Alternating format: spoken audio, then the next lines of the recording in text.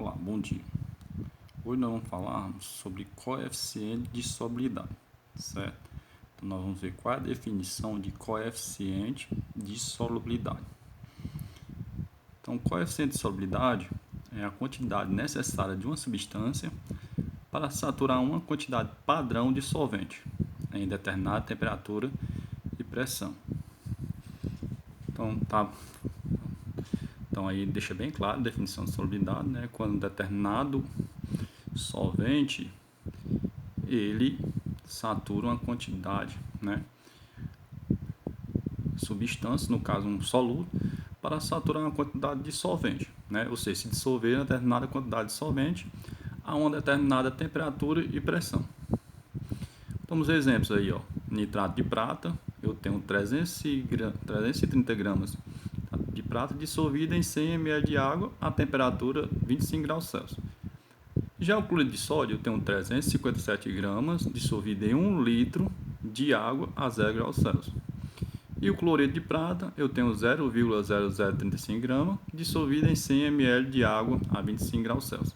Vocês estão observando que 100 ml de água sempre vai ser padrão, certo? Tanto pode ser 100 ml como 100 gramas, o que muda é só o estado da matéria. Ok? Então, esse 100 ml de água sempre vai aparecer nas questões. Então, a classificação das soluções.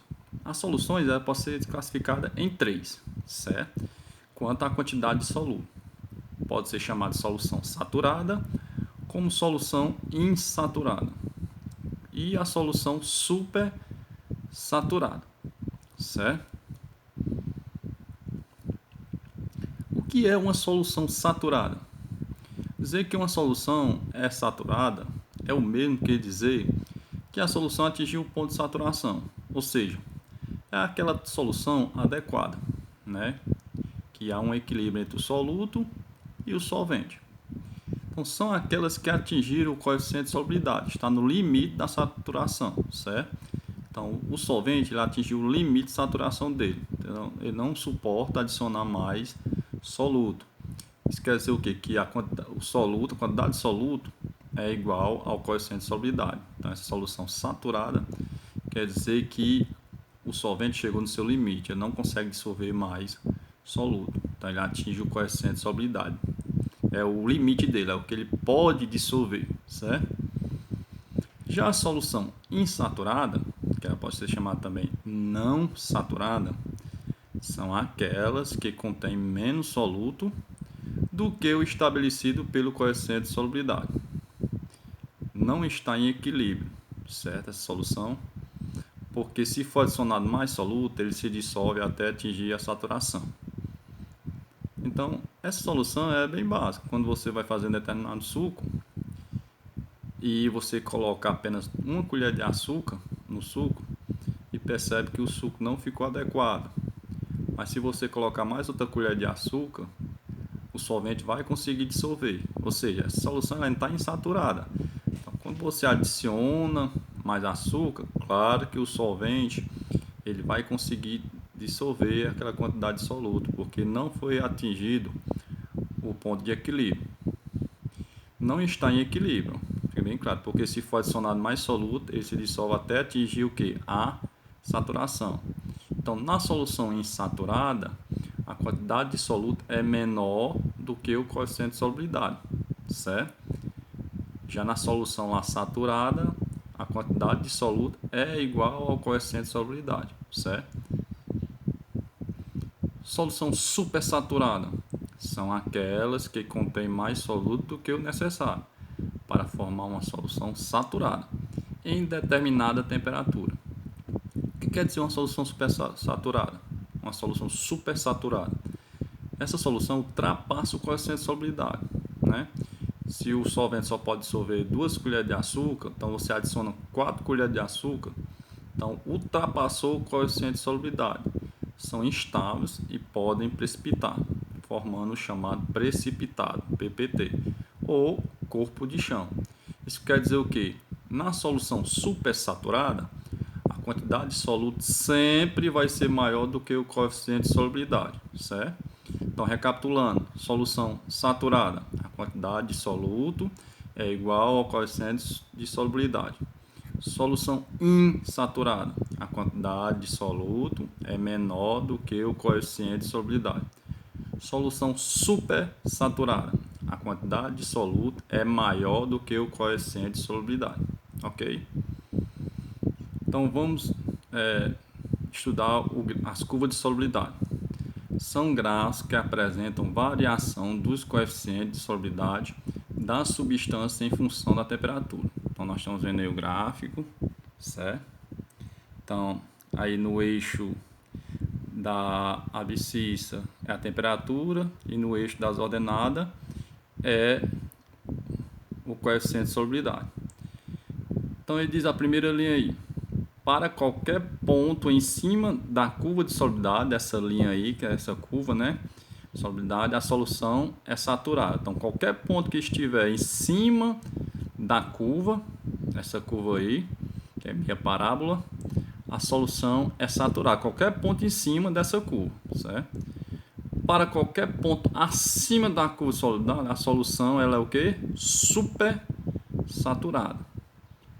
Para qualquer ponto abaixo da curva de solubilidade, a solução é o que? Insaturada. Quer dizer o quê? Que o soluto é menor do que o coeficiente de solubilidade. Ok? Vamos para o exemplo 1. A 10 graus Celsius, a solubilidade do nitrato de potássio é de 20 gramas por 100 gramas de H2O. Uma solução contendo 18 gramas de nitrato de potássio em 50 gramas de água a 25 graus Celsius é esfriada para 10 graus Celsius. Quantas gramas do sal permanece dissolvido na água? Então, o primeiro dado que você vai pegar é o coeficiente de solubilidade do nitrato de potássio, que diz que é 20 gramas dissolvido em 100 gramas de água. Então, foi o que eu coloquei aí, ó, regrinha de 3.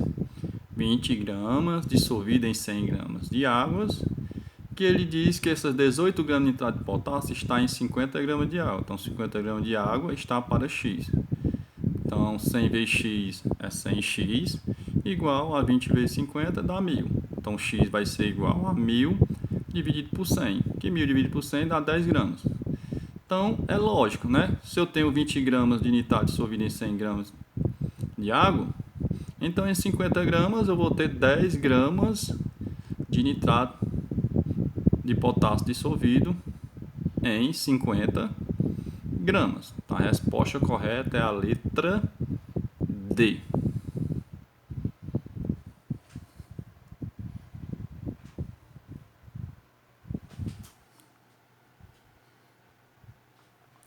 Dando continuidade, segundo exemplo. 4 tubos contêm 20 ml de água cada um. Coloca-se nesses tubos de cromato de potássio nas seguintes quantidades: tubo A 1 grama, tubo B 3 gramas, tubo C 5 gramas, tubo D 7 gramas. A solubilidade do sal a 20 graus Celsius é igual a 12,5 gramas por 100 ml. Então ele já dá o coeficiente de solubilidade, ó. 12 gramas, 12,5 gramas dissolvido em 100 ml de água. E ele dá lá um dado lá, ó, contém 20 ml. Então 20 ml abaixo de 100 ml, está para X. Quando você faz o cálculo, 100 vezes X, 100X. 12,5 vezes 20 dá 250. X vai ser igual a 250 dividido por 100. Então X vai ser igual a 2,5 gramas. Então, qualquer valor que está acima de 2,5 gramas, o que é que vai acontecer? Vai, né, precipitar. Então, o único tubo que não vai, os únicos tubos que não, né, que vai ocorrer a precipitação vai ser o tubo B, C e D, já que está acima dessa massa aqui que ele pode, né, dissolver. Então, 3 gramas, 5 gramas e 7 gramas. Tá? A resposta é até a letra D. Apenas em B, C e D.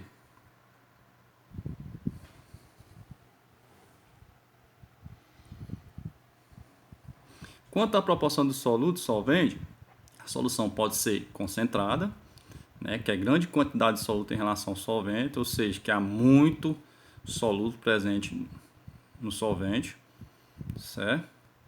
Exemplo, ácido sulfúrico concentrado, né? Ácido sulfúrico 98 mais água, né? Se for 1 litro, é 980 só de ácido e 20 ml só de água. Já a solução diluída é pequena quantidade de soluto em relação ao solvente. Diluir significa adicionar mais solvente, ou seja, pode ser água, né? Puro, a uma determinada solução. Então, quando eu disse água mais pitada de sal de cozinha, então é uma solução diluída, né? Vai responder aí 1 litro de água e uma pitadinha de sal, tem a solução diluída. Então, a solução concentrada, a quantidade de soluto é muito grande em relação ao solvente. Então, obrigado pela atenção de vocês e até a próxima aula. Se você gostou do vídeo, dá um like aí.